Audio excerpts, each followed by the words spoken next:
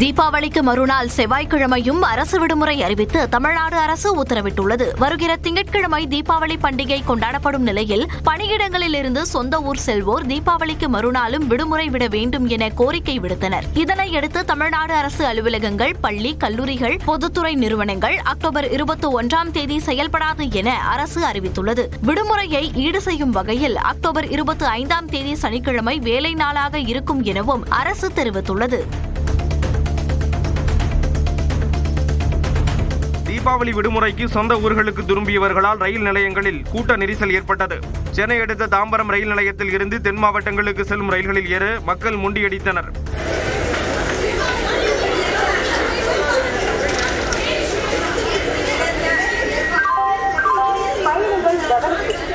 அதேபோல கோயம்புத்தூர், திருப்பூர் ரயில் நிலையங்களில் சொந்த ஊர்களுக்கு செல்ல வடமாநில தொழிலாளர்கள் திரண்டதால் களை கட்டியது.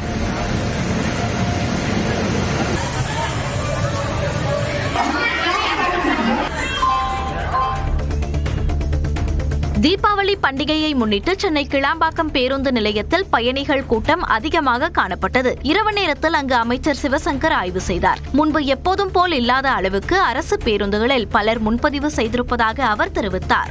இந்த ஆண்டு 2,39,000 பேர் இதுவரைக்கும் முன்பதிவு செய்திருக்காங்க. தனிப்பட்ட இன்றைக்கு ஒரு நாள் மாத்திரம் சென்னையிலிருந்து 53,000 பேர் முன்பதிவு செய்திருக்கிறார்கள். இதுவரைக்கும் போக்குவரத்து கழக வரலாற்றில் இல்லாத அளவிற்கு இது கூடுதலான எண்ணிக்கையாகும். தீபாவளியை முன்னிட்டு வெளிமாநிலங்களுக்கு செல்வதற்கான விமான டிக்கெட் கட்டணம் அதிகபட்சமாக 7 மடங்கு வரை உயர்ந்துள்ளது. சென்னை, மும்பை இடையேயான சாதாரண நாட்களில் 3,356 ரூபாய் வசூலிக்கப்பட்ட கட்டணம் தற்பொழுது 21,960 நிர்ணயிக்கப்பட்டுள்ளது. சென்னையில் இருந்து டெல்லிக்கு 5,933 ரூபாயாக இருந்த கட்டணம் தற்பொழுது 30,414 ரூபாய் வசூலிக்கப்படுகிறது. அதேபோல் சென்னையில் இருந்து ஹைதராபாத், கொல்கத்தா, புவனேஸ்வர், ஜெய்ப்பூர், பாட்னா உள்ளிட்ட நகரங்களுக்கான விமான டிக்கெட் கட்டணமும் பன்மடங்கு உயர்ந்துள்ளது. தீபாவளியை ஒட்டி ஆமணி பேருந்துகளில் உரிமையாளர்கள் அறிவித்த கட்டணத்தை விட கூடுதலாக கட்டணம் வசூலிக்கப்படுவதால் பொதுமக்கள் அதிர்ச்சியடைந்துள்ளனர். சென்னையில் இருந்து மதுரைக்கு அதிகபட்ச கட்டணம் 2,869 ரூபாய் என குறைக்கப்பட்ட நிலையில் 8,555 ரூபாய் வரை வசூலிக்கப்படுகிறது. அதேபோல சென்னையில் இருந்து கோவைக்கு 2,770 நிர்ணயிக்கப்பட்ட கட்டணம் 4,000 ரூபாயாக உயர்த்தப்பட்டுள்ளது. சென்னையில் இருந்து நெல்லைக்கு 3,180 ரூபாய் என அறிவிக்கப்பட்ட கட்டணம் 3,499 ரூபாய் வரை வசூலிக்கப்படுகிறது. தீபாவளியை முன்னிட்டு மதுரையில் விற்பனை களை கட்டியது. விளக்குத்தூண் பகுதியில் குவிந்த மக்கள் ஜவுளிகள், பட்டாசுகள், இனிப்பு வகைகளை ஆர்வமுடன் வாங்கினர். சாலையோர கடைகளிலும் விற்பனை மும்முரமாக நடைபெற்றதால் வியாபாரிகள் உள்ளம் மகிழ்ந்தனர். இரவு நேரத்தில் விறுவிறுப்பாக விற்பனை நடைபெற அது தொடர்பான ட்ரோன் காட்சி வெளியாகியுள்ளது.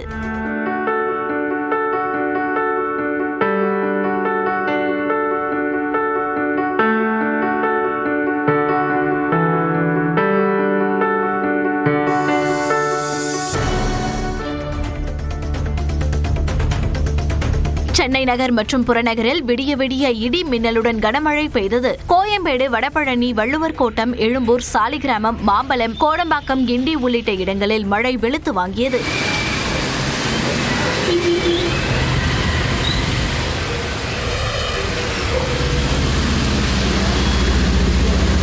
புறநகர் பகுதியான ஆலந்தூர், குரோம்பேட்டை, தாம்பரம், வண்டலூர், சேலையூர், முடிச்சூரிலும் கனமழை கொட்டியது. சென்னை குரோம்பேட்டை ஜிஎஸ்டி சாலையில் மழைநீர் தேங்கி குளம் போல் காட்சியளித்தது. இதனால் வாகனங்கள் தண்ணீரில் தத்தளித்தன.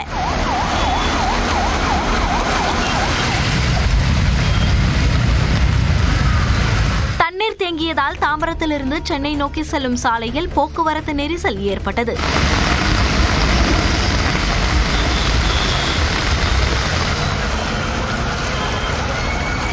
திரையரங்கில் படம் பார்த்துவிட்டு வெளியே வந்தவர்கள் வீடுகளுக்கு செல்ல முடியாமல் நீண்ட நேரம் காத்திருந்தனர். கோவை மாவட்டம் தொண்டாமுத்தூர் சுற்றுவட்டார பகுதிகளான பேரூர், மாதம்பட்டி, ஆலந்துறை, சிறுவாணி உள்ளிட்ட இடங்களில் மழை பொழிந்தது.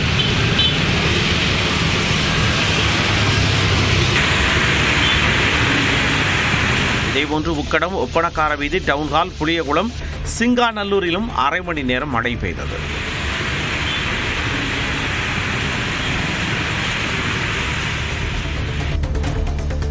தேனி சுற்றுவட்டார பகுதிகளில் 1 மணி நேரத்திற்கு மேலாக மழை பொழிந்தது. அல்லிநகரம், அன்னஞ்சி, அரண்மனைப்புதூர், குன்னூர் உள்ளிட்ட இடங்களில் பெய்த மழையால் தாழ்வான இடங்களில் தண்ணீர் தேங்கியது.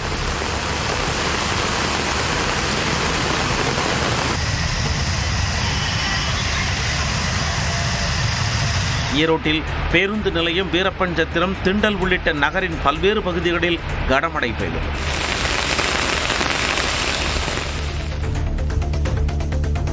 கோவை மாவட்டம் மேட்டுப்பாளையம் மற்றும் அதன் சுற்றுவட்டார பகுதிகளான சிறுமுகை, காரமடையில் மழை வெளுத்து வாங்கியது.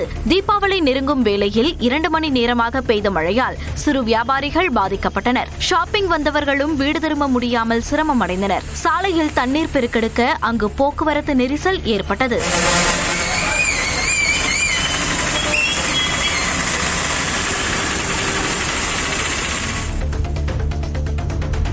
கோவை மாவட்டம் மேட்டுப்பாளையம் சுற்றுவட்டார பகுதிகளில் பெய்த மழை காரணமாக பவானி ஆற்றில் நீர்வரத்து அதிகரித்துள்ளது. அங்கிருந்து நீரேற்ற நிலையம் மூலம் குடிநீர் சுத்திகரிக்கப்பட்டு மக்களுக்கு விநியோகிக்கப்படுகிறது. தற்போது ஆற்று நீர் செந்நிறத்தில் சென்று கொண்டிருப்பதால் குடிநீரை நன்கு காய்ச்சி பருக வேண்டும் என்று மேட்டுப்பாளையம் நகராட்சி ஆணையர் அறிவுறுத்தியுள்ளார்.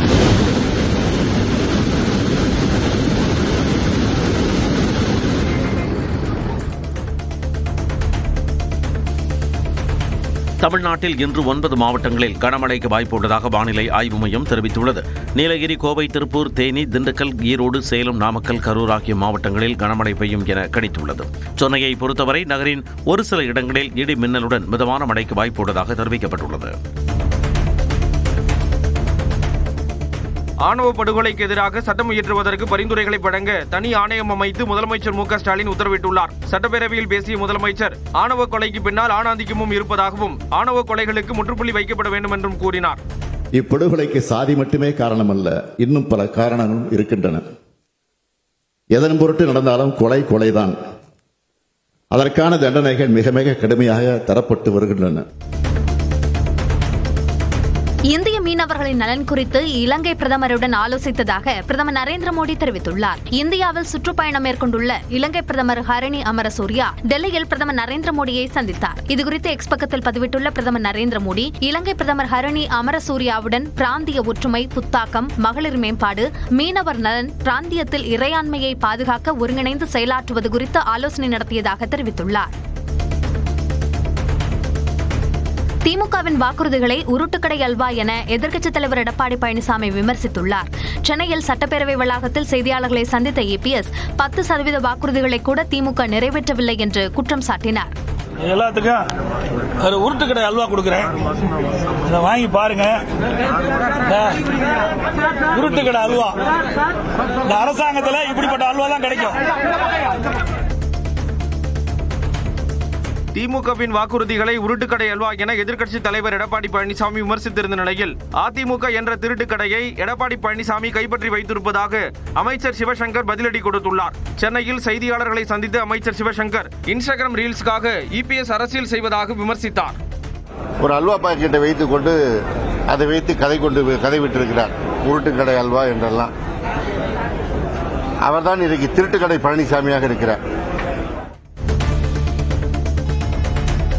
ஐப்பசி மாத பூஜைகளுக்காக சபரிமலை ஐயப்பன் கோவில் நடை திறக்கப்பட்டது.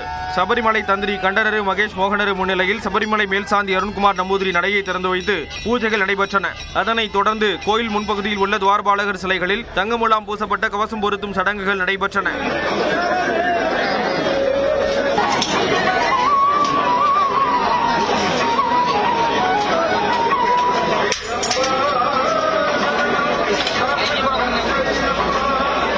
வரும் 21ஆம் தேதி சித்திரை ஆட்ட திருநாள் சிறப்பு பூஜைகள் நடைபெறுகின்றன. தொடர்ந்து 22ஆம் தேதி குடியரசுத் தலைவர் திரௌபதி முர்மு சபரிமலையில் தரிசனம் செய்கிறார்.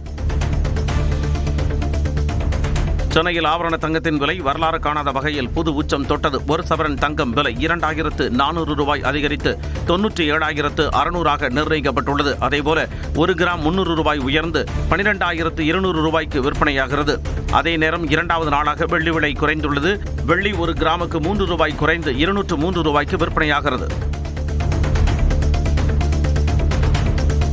சாதி பெயர்களை நீக்குவது தொடர்பான அரசாணையை செயல்படுத்துவதில் இறுதி முடிவு எடுக்கக்கூடாது என்று உயர்நீதிமன்ற மதுரை கிளை உத்தரவிட்டுள்ளது. தெருக்களின் பெயர்களில் உள்ள சாதி பெயரை நீக்குவது தொடர்பாக தமிழ்நாடு அரசு வெளியிட்ட அரசாணைக்கு தடை விதிக்க கோரிய மனுவை விசாரித்த நீதிமன்றம் தனிநபர் ஆவணங்களில் முகவரி மாற்றும் நடைமுறையை எவ்வாறு உடனடியாக மேற்கொள்வீர்கள் என்று கேள்வி எழுப்பியது. மேலும் பொதுமக்கள் மத்தியில் இது குழப்பம் ஏற்படுத்தும் என்றும் சாதி பெயர்களை நீக்கும் அரசாணையை செயல்படுத்துவதில் இறுதி முடிவு எடுக்கக்கூடாது என்றும் உயர்நீதிமன்ற மதுரை கிளை இடைக்கால உத்தரவு பிறப்பித்தது. கரூர் தாவேக்கு பிரச்சார கூட்டத்தில் ஆம்புலன்ஸ் ஓட்டுநரை தாக்கிய வழக்கில் தாவேக்கு நிர்வாகிக்கு நீதிமன்றம் ஜாமீன் வழங்கியது. கடந்த செப்டம்பர் 27ஆம் தேதி கரூர் வேலுச்சாமிபுரத்தில் நடைபெற்ற விஜயின் பிரச்சார கூட்டத்தில் ஆம்புலன்ஸ் ஓட்டுநரை தாக்கியதாக தாவேக்கு சேலம் கிழக்கு மாவட்ட செயலாளர் வெங்கடேசனை போலீசார் கைது செய்தனர். இந்நிலையில் வெங்கடேசனுக்கு உயர்நீதிமன்ற மதுரை கிளை நிபந்தனை ஜாமீன் வழங்கியுள்ளது. தென்காசி மாவட்டம் குற்றால அருவிகளில் 2வது நாளாக மக்கள் குளிக்க தடை விதிக்கப்பட்டது. மேற்கு தொடர்ச்சி மலைப்பகுதிகளில் பெய்து வரும் தொடர் மழை காரணமாக குற்றால அருவிகளில் தண்ணீர் ஆர்ப்பரித்து கொட்டி வருகிறது. 5 அருவி, பழைய குற்றாலம், சிற்றருவி, புலியருவியில் நீர்வரத்து அதிகரித்த நிலையில் சுற்றுலா பயணிகள் குளிக்க தடை விதிக்கப்பட்டது.